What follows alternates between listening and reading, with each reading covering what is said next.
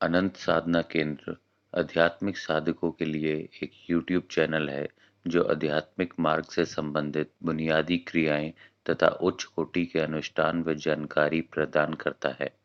हमारे यहाँ किसी प्रकार के गंदे ताबीज नहीं बेचे जाते।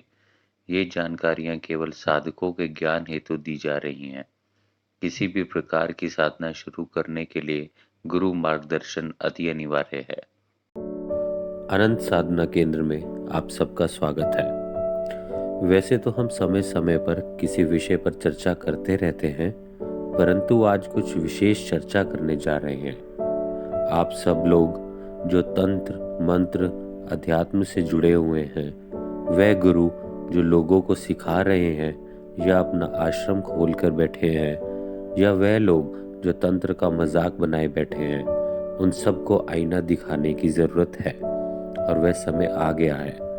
आज की चर्चा 3 भाग में करेंगे और आप सबसे निवेदन है इसको पूरा सुनकर अपने आप का आंकलन करें, अपना आईना देखें और इस कड़वे सच को स्वीकार करें। ये चर्चा मैं अपने केंद्र, अपने गुरु भाइयों के केंद्र, अपने साधकों और अपने गुरु, इन सब को ध्यान में रखते हुए कर रहा हूँ। हमारे केंद्र से बहुत ऐसे साधक जुड़े हुए हैं जो बहुत अच्छा तंत्र सीख रहे हैं, बहुत गुरु भाई हैं जो बहुत अच्छे स्थान पर बैठे हुए हैं, बहुत बड़े बड़े गुरु भी हैं, लेकिन पांचों उंगलियां एक बराबर नहीं होती। कुछ उंगलियां अपने हाथ का साथ छोड़ के दूसरों में घुसने की ज़्यादा तैयारी में रहती हैं। तो ये चर्चा उन उंगलियों के लिए है। तो आइए शुरू करते हैं आज की चर्चा का पहला भाग। पहले भाग में बात करते हैं उन लोगों की जो अपने आप को साधक बताने में बहुत गर्व महसूस करते हैं, जो तंत्र सीखने के लिए भटक रहे हैं या तंत्र सीखना चाहते हैं।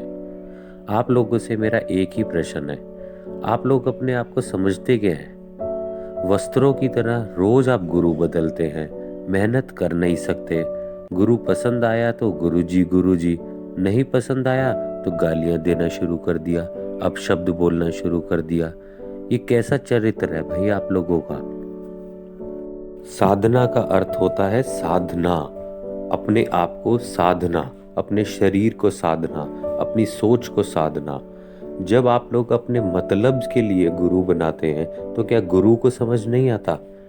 आप गुरुजी हमारा ये कार्य कर दीजिए, वो कार्य कर दीजिए, पैसों की बारिश कर दीजिए, बस कष्ट दूर कर दीजिए। और अगर गुरु ने ऐसा कर भी दिया, उसके बाद क्या कभी मुड़ के आप लोगों ने गुरु से बात करी? आप अपनी दुनिया में मस्त। तो किस लिए गुरु आपके इतने कार्य करेगा? जिस गुरु ने सालों साल बैठ के अपनी तपस्या करी है, अपनी मेहनत करी है, वो अपनी सारी मेहनत आपके लिए क्यों देगा? आप में ऐसी क्या अच्छाई है? आप तो ये ग्रुप किस लिए बनाए जाते हैं? ताकि आप लोगों की मदद कर सके। ज़्यादातर लोग अपने ग्रुप बंद रखते हैं, हम तो अपने ग्रुप खुले रखते हैं। जो लिखना है लिखिए, जो पूछना है पूछिए। आधे से ज़्यादा लोगों को तो इतनी भी अकल नहीं है कि मैसेज लिखने से पहले किसी बड़े छोटे को प्रणाम कर ले। फ़ोन करते हैं, गुरु होने के बाद भी हम उन्हें बोलते हैं प्रणाम भाई, बताओ क्या बात है, और उन्हें कोई मतलब नहीं। फ़ोन करेंगे, पैसों की बारिश कर दोगे या फिर कोई भी वशीकरण कर दोगे। अरे आप लोग अपना आईना देखिए, आप लोग किस प्रकार के साधक बनना चाहते हैं, जो बस भौतिक सुख हो के लिए पागल हुए हैं। किसी को लड़की पे वशीकरण करना है, किसी को गर्लफ्रेंड चाहिए, किसी को पैसा चाहिए, किसी को शत्रु मारना है। कभी किसी ने बोला कि हमें भगवान चाहिए, हमें ईष्ट की साधना करनी है, हमें भगवान के दर्शन करा दीजिए। लालच से बुद्धि भरी हुई है आप लोगों की, और गलती गुरु की निकालो। आपको वशीकरण करना है, आपको किसी लड़की के लिए अपने कर्म खराब करने हैं, तो हमने तो ठेका नहीं लिया हुआ ना, हम क्यों करें आपकी मदद? ऊपर से हमें वशीकरण कीजिए, हम नहीं करेंगे तो अरे गुरु बेकार है। अरे बेकार हम नहीं है, तुम्हारी सोच बेकार है। कभी किसी अच्छे कार्य के लिए बढ़ के देखिए, पूछो कभी कुछ अच्छा किया है? हाँ जी, हमने भिखारियों को खाना खिलाया था। अरे भाई, भिखारियों को खाना खिला के एक बार खिला के 100 बार गाते हो कि हमने खाना खिलाया, हमने खाना खिलाया। वो भगवान जो तुम्हें जीवन भर खाना खिलाता है, उसने तो कभी नहीं गाया, उसने तो कभी तुम्हें नहीं जताया। थोड़े से कष्ट दे दें तो तुम्हारी बुद्धि भ्रष्ट हो जाती है, इधर उधर भागने लगते हो। जगह जगह जाके तुम लोग वीडियो देखते हो, जगह जगह जाके गुरुओं को फोन करते हो। क्या गुरु तुम्हारे घर आया था कि भी आ जाओ मेरे केंद्र, मुझसे बात कर लो? और उसके बाद वहां जाके फिर बोलते हो तुम्हारे जैसे गुरु तो बहुत देखे। अरे भाई मत देखो, किसने कहा देखने के लिए? अपने घर बैठ के भक्ति क्यों नहीं करते, भक्ताई क्यों नहीं करते? करना भी तुम्हें तंत्र है, सीखना भी तंत्र है, और तुम्हारा मन दिमाग लालच से भरा हुआ है। कहाँ सीखोगे तुम? कैसे सीख सकोगे? मैसेज करोगे सीधा पैसा चाहिए, नौकरी चाहिए। अरे कोई प्रणाम करोगे, कोई नमस्कार करोगे? क्या गुरु ने पूरी अपनी साधना पूरी मेहनत इसलिए करी थी कि एक दिन तुम्हारा मैसेज आएगा और तुम बोलोगे पैसे चाहिए और गुरु बस अपना कमंडल उठा के भाग लेगा तुम्हारे लिए? तो ध्यान में रखिए, औरों का पता नहीं, अनंत साधना केंद्र इस तरह से काम नहीं करता। हमें फर्क नहीं पड़ता कि हमारे यहाँ पे 1 साधक है, 1000 है या 1,00,000 है। हमें 100 बेवकूफों की भीड़ खड़े करने से अच्छा एक ऐसा शिष्य बनाए जो कम से कम मेहनत करना जानता हो। हम साधकों को निशुल्क भी सिखाते हैं, फ्री भी सिखाते हैं, लेकिन उसकी क्षमता देखकर। जो लोग सट्टे का नंबर दे दीजिए, हमारा जुए में निकला दीजिए, पैसे कर दीजिए, साधना है, साधना को साधना के हिसाब से सीखो। ऐसा नहीं है कि भाई ये साधना नहीं सीख सकते, लेकिन क्षमता तो रखो, अपनी नीयत तो अच्छी रखो। काम होने के बाद तुम में से किसने अपने गुरु को नित्य प्रणाम किया है? खाना तो रोज खाते हो, गुरु के द्वारा दी हुई साधनाओं से जो पैसा कमाया उसे भोग तो रोज ले रहे हो। तो गुरु को प्रणाम किया किसी ने कभी? ये मैं अपनी बात नहीं कर रहा हूँ, अपने केंद्र की बात नहीं कर रहा हूँ, ये तो मैं आप उन सब से पूछ रहा हूँ जो गुरु धारण करके बैठे हुए हैं या किसी किसी आश्रम से जुड़े हुए हैं। 2-2 महीने बाद फोन आते हैं आप लोगों के, गुरु जी पहचाना, मैं आपका शिष्य हूँ, मैंने साधना की थी, अब घर में ये समस्या हो गई, जरा आप मदद कीजिए। भाई क्यों मदद करें? और अगर गुरु ने बोल दिया कि चलो मदद कर दूंगा, इतने पैसे लगेंगे, फिर तो गुरु चोर हो गया। क्यों भाई? गुरु खाना नहीं खाता? तुम लोग डॉक्टर के पास जाते हो, क्या उसको बोलते हो कि भाई अरे तू पैसे क्यों मांग रहा है, तूने पढ़ाई करी है, अपना फ्री में इलाज कर? तब तो नहीं बोलते।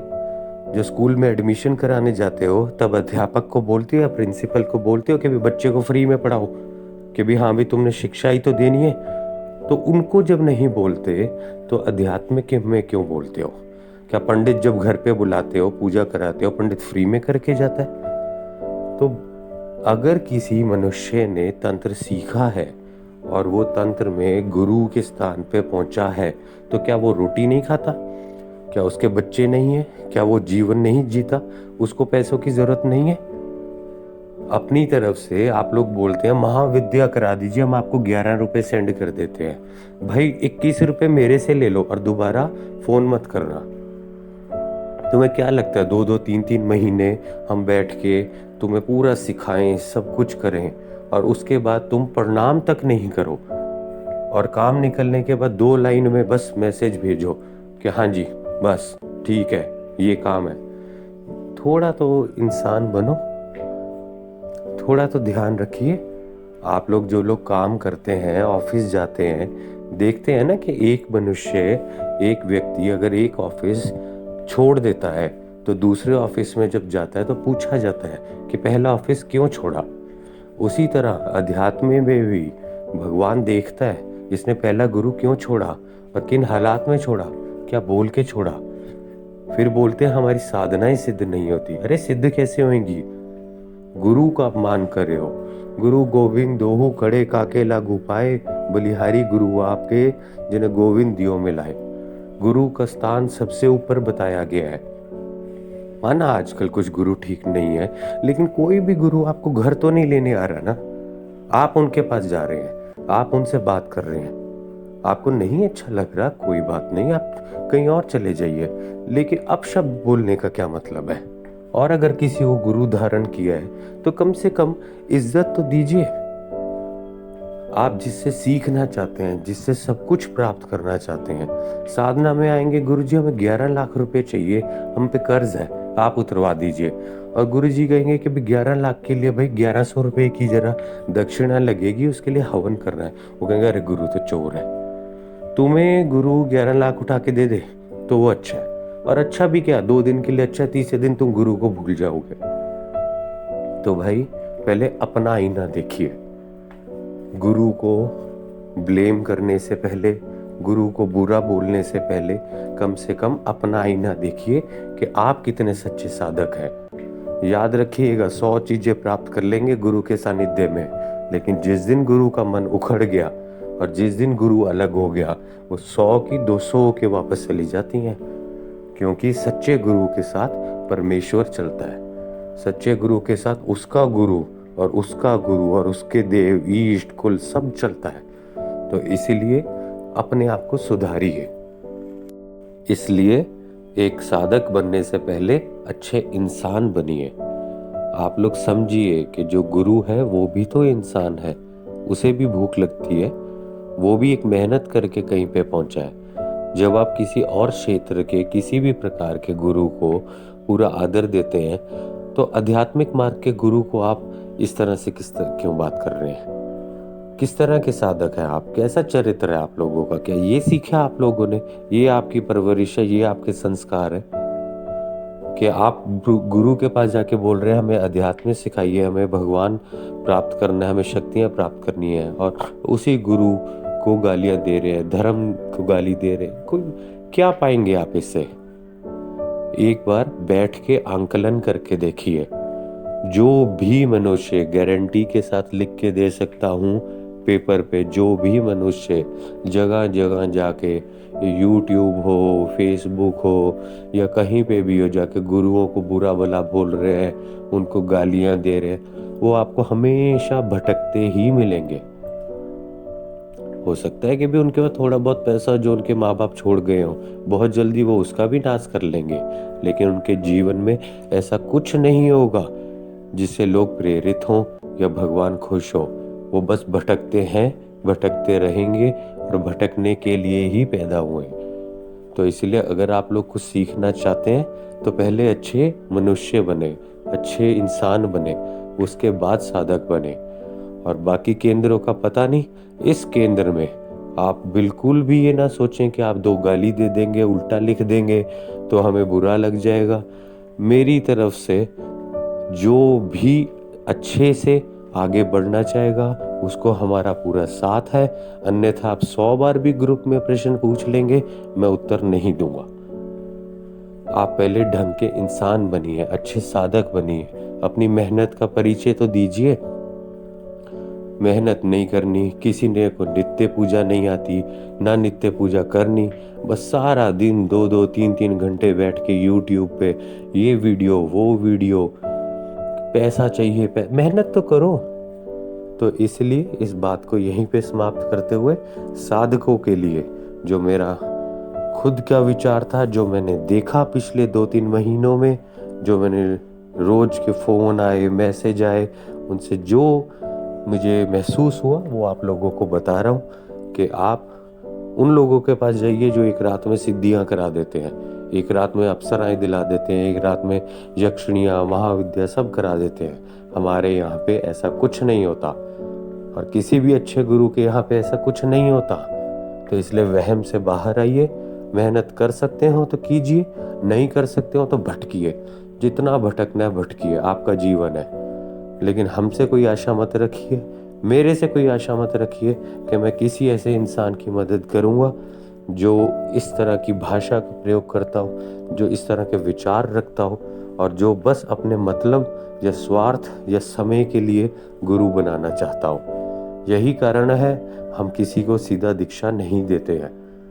बाकी लोगों की तरह नहीं है कि आइए फटाफट दीजिए 1000, 2000, 10,000 और दीक्षा लीजिए, आज से हम आपके गुरु।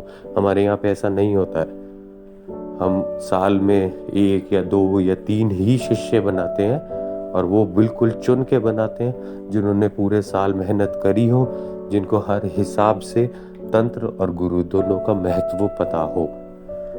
आपको मेरी बात बुरी लगे, आज ही केंद्र छोड़ दीजिएगा, मुझे कोई फर्क नहीं पड़ेगा। क्योंकि मैंने पहले भी बोला, मुझे फालतू की भीड़ नहीं चाहिए। मुझे जैसे शिव महाभारत में था ना, श्री कृष्ण ने अपनी पूरी सेना दूसरी तरफ दे दी थी, कौरवों की तरफ, और श्री कृष्ण केवल एक श्री कृष्ण पांडवों की तरफ खड़े थे, उसी प्रकार आप 100 मूर्ख एक तरफ हो जाएंगे, मेरा एक शिष्य जिसको मैंने सिखाया हुआ वो अकेला 100 के बराबर होगा। तो इसलिए मुझे अपने शिष्य एक ही चाहिए, अच्छा चाहिए, इस तरह का नहीं चाहिए। और अगर हो सके तो अपने चरित्र को सुधारिए, अच्छे इंसान बनिए। भौतिक सुख अपने आप आपके पास आएंगे, पहले कुछ मेहनत तो कीजिए, कोई कृपा तो प्राप्त कीजिए, ईश कृपा, कुल देवी, गुरु कृपा, कुछ तो प्राप्त कीजिए, सुख तो अपने आप आ जाएंगे। और जो तंत्र में रह के भी दुखी है, तंत्र सीख के भी अपने कार्य नहीं पूरे कर पा रहा, तो उसने क्या सीखा?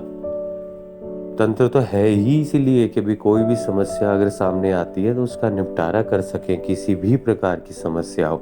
लेकिन ये सब सीखने के बाद भी अगर आप दुख में हैं तो या तो आपने सही से सीखा नहीं है, या सिखाने वाले ने सही से नहीं सिखाया है, या आपकी नीयत ठीक नहीं है। तो मेहनत कीजिए, सही तरीके से कीजिए, एक अच्छे इंसान बनिए। ये तो थी बात सीखने वालों की। अब बात करते हैं सिखाने वालों की। ये उन सब गुरु भाइयों के लिए, गुरुओं के लिए है जो हमारे साथ के हैं, हमसे बड़े हैं, या किसी भी कारणवश हमारा ये वीडियो देख रहे हैं। आप लोग क्यों अपना और हमारा नाम खराब कर रहे हैं? क्यों तंत्र का नाम खराब कर रहे हैं? क्यों अपने गुरुओं का नाम खराब कर रहे हैं? मेरी आप सबसे हाथ जोड़कर निवेदन है, आप सिखाना चाहते हैं सिखाइए, नहीं सिखाना चाहते हैं नहीं सिखाइए। कोई फीस रखना चाहते हैं तो खुल के बोलिए कि भाई ये मेरी फीस है, क्योंकि समझते हैं आपका भी जीवन है। लेकिन गलत राह पे और कुछ पैसों के लिए तंत्र को बेचना, गलत क्रियाओं को देना, या गलत तरीके से इन चीज़ों का प्रयोग करना, आप अपना जीवन भी खराब कर रहे हैं। और आपके साथ साथ जो अच्छे गुरु हैं, जो अच्छे गुरु भाई हैं, उन सब का भी नाम खराब हो रहा है। जिस तरह से एक मछली पूरा समुंदर खराब कर सकती है, उसी तरह से आप लोगों की कुछ गलतियां इस तंत्र को, इस आध्यात्मिक मार्ग को एक गंदा परिचय देती जा रही हैं, एक गंदा स्वरूप देती जा रही हैं। इसको सुधारिए। मेहनत आप लोग इतनी कर चुके हैं, आप गुरु बने हैं तो मेहनत करके बने हैं, आपके गुरु की कृपा आपके साथ है, सब इष्ट कृपा आपके साथ है, शक्तियों की कृपा आपके साथ है, तभी आप इतने बड़े ओहदे पे बैठे हैं। लेकिन अगर आप ये गलत क्रियाएं करेंगे और गलत बस पैसे के लिए, पैसे के मकसद से लोगों को गलत सिखाएंगे या गलत प्रयोग करेंगे, या स्त्रियों के साथ कुछ गलत कर रहे हैं, तो अपने कर्म खराब कर रहे हैं। ये बात आप भी जानते हैं, मैं भी जानता हूँ कि अगर हम दुनिया के घर में क्रियाएं करके उनको पैसा दे सकते हैं, उनको लक्ष्मी प्राप्ति करा सकते हैं, तो क्या अपने लिए नहीं कर सकते? क्या ज़रूरत है किसी को गलत रास्ते पे चलाने की या गलत राह देने की? तो आप लोग आश्रम, आध्यात्मिक मार्ग, तंत्र, इन सब को बदनाम ना होने दें। मेरी आप सबसे निवेदन है, सारे गुरुओं से, गुरु भाइयों से, जो किसी भी रूप में आश्रम में, ऑनलाइन, ऑफलाइन या किसी भी प्रकार से लोगों को सिखा रहे हैं, अपने शिष्यों को अच्छा बनाएं, सही राह दिखाएं। पैसे की तो कोई कमी नहीं है। अगर किसी को बहुत ही ज़्यादा पैसे की कमी है, थोड़े ही दिन में हमारा आश्रम बनने वाला है, वहाँ पे आके निःशुल्क रहिए। ना हम आपसे पैसा लेंगे, ना हम आपसे किसी भी प्रकार का कुछ लेंगे। जीवन भर रहिए, हम बना ही इसीलिए रहे हैं कि जो बिल्कुल पूर्ण तरीके से आध्यात्मिक मार्ग में जुड़ चुके हैं, उनको पैसों की समस्या नहीं रहे, खाने की समस्या नहीं रहे, वो आराम से अपना आध्यात्मिक मार्ग में जुड़े रहे। आप रहिए वहाँ पे, आराम से रहिए।